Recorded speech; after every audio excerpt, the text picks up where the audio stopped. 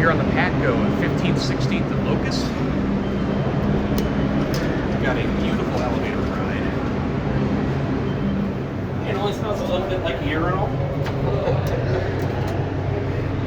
This is row. Behind you. Yeah. While we're going down, I get a little bit of a look around. And yeah, this thing, the weirdest thing about it is how low the ceiling is. Yeah. Like I seriously almost bumped my head getting in here. Yeah, it's really as tall as the doors. That's it.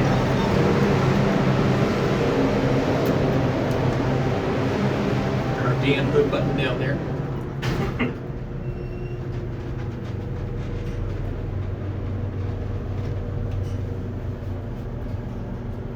I'm not even sure if I filmed this thing. I mean, so according to this, it's elevator 4. According to this, it's elevator number 2.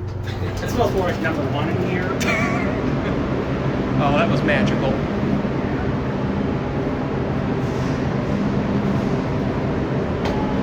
All right, that's it.